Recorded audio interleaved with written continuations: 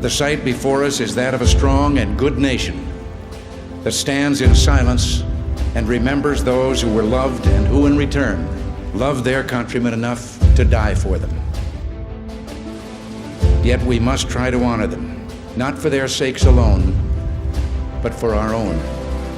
And if words cannot repay the debt we owe these men, surely with our actions, we must strive to keep faith with them and with a vision that led them to battle and a final sacrifice. Our first obligation to them and ourselves is plain enough. The United States and the freedom for which it stands, the freedom for which they died, must. All right, today is election day in, 6 states, I think it is, Eli? 6 or 7 states. I'm not 100% sure. I think it's 6 states. But we know that my state, the state that I live in right now, the state that I reside in right now, the state of Iowa, we do have elections today. And part of that election experience for this next guest is going to be a new one.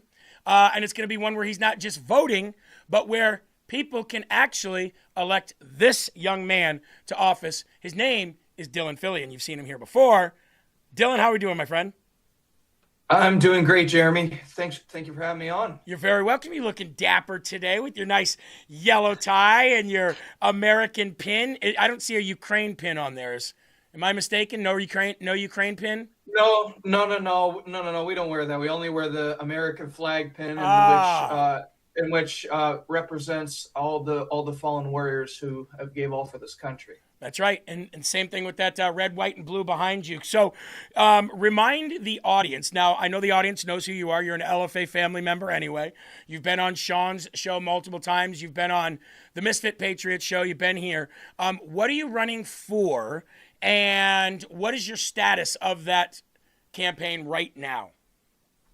Sure, Jeremy. So I am running to represent the people of the 81st House District here in Northwest Davenport, Iowa. I am running in a swing district in which is currently represented by a Democrat. And currently right now we're running a grassroots campaign. I've door knocked a little over 2,000 doors already and plan to go more as we go on. And I've almost door knocked every single Republican in the district. And we will be going after the independents very shortly after June 2nd is over.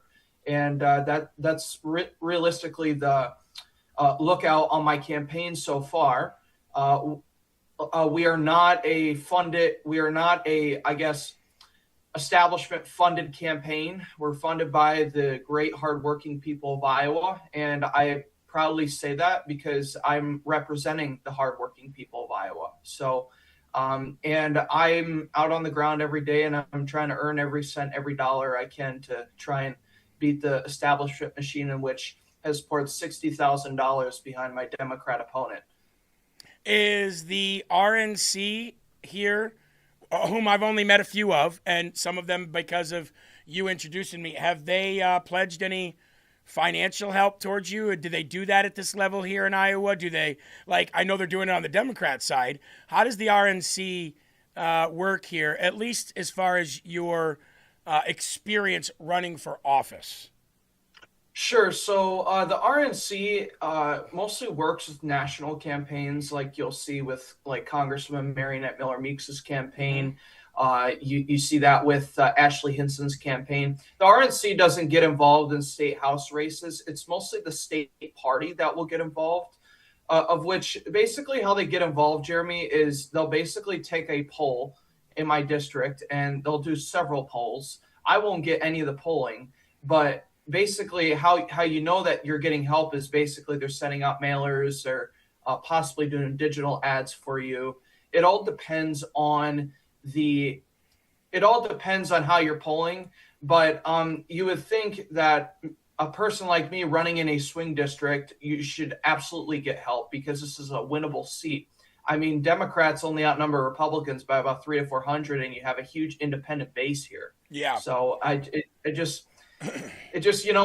not relying on RPI because there's been too many instances, not only here in Iowa, but across the country, of which RPI has kind of betrayed Republican candidates. Well, you have some people, I was just going to say, you have some people in here that are Davenport residents that are watching right now that are 100% behind you. So this primary today isn't isn't a hurdle to you, right? Because you're in a seat that's running unopposed on the Republican side, right? So your goal is to fight the Democrats, which is why you and I talked about holding a rally, whatever it turns out to be, for you in July, is to get you set up and get you ready. We've pledged to give you $1,000 on that date from LFA TV, and to help out any way we can. Today is a primary day, so this is not a hurdle for you today. But the Democrat that's got the 60 grand put behind him, that's the hurdle. Sure. And Jeremy, my Democrat opponent, I just want to mention, has already started running ads against me already. Not targeting me, but getting his name out there on social media, which that already tells me a sign that he's possibly losing. Yeah. So, and I'm out on the ground every day, and I'm not stopping. Yeah, unfortunately, Davenport is the state as a whole is a red state. But Davenport, like any larger, city in a state, which Davenport's got, 100 and some odd thousand people in it? Somewhere That's around about there? 150,000. 150,000. So a pretty good size area. And I got to tell you, when I went to that No Kings rally, I was actually shocked about how many thousands of people were there. I didn't expect it to be that big, which let me know what I was dealing with as far as Davenport's concerned, which is an area that you're going to want to get as much support as you can out of because it's so populated, Absolutely. right? Absolutely. And not to mention, too, my President Trump lost my district by 7 points. Right. Mind you, this is a district that went to Barack Obama and Joe Biden by over 10 to 15 points. Wow. Like this area right here. Wow. So Democrats are kind of losing ground in Davenport. And just to tell you even more, Jeremy, we won 15 out of 16 of our local elections in 2025, which we got a mayoral seat out of that in Davenport for the first time in 30 years. So that's very important. Yeah, it's been going the right direction. What do you attribute that to? I mean, obviously, you've got, the state is obviously red. I can't go anywhere without seeing a Trump sign, from 1 mile to 100 miles from my house. Do you attribute that to more people moving in that are Republican? Because I was looking at some of the numbers, and Davenport has grown fast, really fast over the last 5 years, 10 years. Bettendorf has exploded, right? Is it Republican voters coming in? I personally think it's a little bit of people moving out and people moving in. I would say there's a lot of people from Illinois moving in because I noticed our that. great taxation policies that Yeah. we have here in Iowa. We still have some work to do. Yeah. But it's definitely better than Illinois. I think we can all agree. 100%. With Yeah. that. And also too, I think Iowa's been attracting a lot of great people, but also, unfortunately, some people moved to Florida over the winter. Yeah. And, Iowa's not their main resident, but I would say it's a little bit of both. Yeah. A lot of people coming from Illinois to Iowa, a lot of people from Iowa going to Florida. It's just like, it's this constant revolving door. I hear people all the time talk about, I moved over here from Illinois because during COVID, we'd have to spend all our time over here in Iowa because we were masked up and locked down across the river. And we'd come over to Iowa for everything else. Now they come here to shop and to hang out. I think a lot of people from Illinois are definitely moving into Iowa. So my question is, what do you need to beat this guy in Davenport? Obviously, money. That's obvious. The more money you have, the more campaigns you can do, the more campaign ads you can run, TV spots you can run, things like that. But wouldn't it be more beneficial if you were to have, like, say, once every month, like you and your guy that works on your team, your scheduling guy, and your guy that works with your campaign, wouldn't it be beneficial for you guys to have, like, an open air, come and meet me, with myself being there and with other prominent voices in the area, and even people from Illinois and patriots that are from Wisconsin that watch the show? Wouldn't it be beneficial to have maybe not once a month, but maybe 3 or 4 of these from now until then in Davenport? And I think the more hate you get from it, the bigger it gets, to be honest with you. Because here's what I say. You're a young guy. A lot of people in this chat have said it. You're a baby face, right? for any grown-ass older adult who's got $60,000 behind them to make you look like sugar honey iced tea is going to be looked at as disrespectful. Anyway, you kind of got that going for you. I don't think he's young and doesn't understand. I think those days are over since Charlie Kirk. You know what I mean? I think the country is looking for youth. I think the Republican Party's looking for youth. What do you think you need to do to beat this guy? Well, the biggest thing, Jeremy, is interacting with the voters at the door. The biggest thing is we need door knockers. We need more. We obviously more financial funding, like you talked about, but at the same time, it's mostly the grassroots, Jeremy. Door knocking is what wins elections. Door knocking. If I can get 4 people to come door knock with me every single day, we will cover this whole entire district in probably less than 2 months. Do you do do you do like open weekends where you're like, hey, this weekend we're gonna meet here and we're gonna go from here and we're gonna go door knock?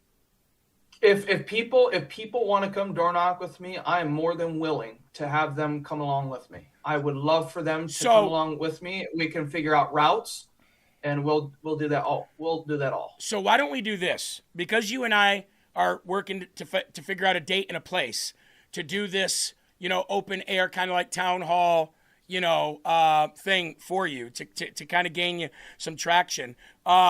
Let's figure out a day.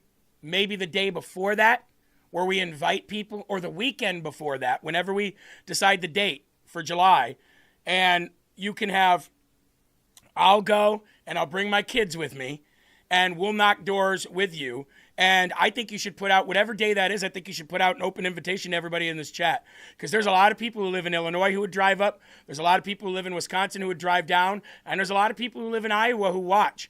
And I think if you got about 50 people out on a day, invite them to the rally the following weekend, and then have an open air town hall style question where I'll be there with the truck and the trailer, and we'll do it live. I think it would be, look, that's as much as I could do for you.